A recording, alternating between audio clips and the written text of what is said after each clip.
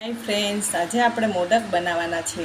તો આપણે કઢાઈમાં થોડું ઘી લઈ લેવાનું છે. એમાં થોડું ખસખસ એડ કરવાનું છે. એમાં જાડું ટોપરાનું છીણ એડ કરવાનું છે. થોડું ઝીણું ટોપરાનું છીણ, ગોળ એડ કરશી, એલચી, જાયફળ, કાજુ અને બદામ છે એને ખાંડી લેવાનું છે. તો મસાલો આપણો રેડી થઈ ગયો છે. કઢાઈમાં આપણે થોડું પાણી લેવાનું છે, થોડી મલાઈ એડ કરવાની છે, થોડી ખાંડ, મીઠું, ઘી, ચોખાનો લોટ. આપણે થાળીમાં થોડું ઘી લગાવી લીધું છે. સારી રીતે આવી રીતે મસેડી લેવાનું છે. આવી રીતે આપણે ગોયણા કાઢી અને બીબામાં મૂકી દેવાનું છે.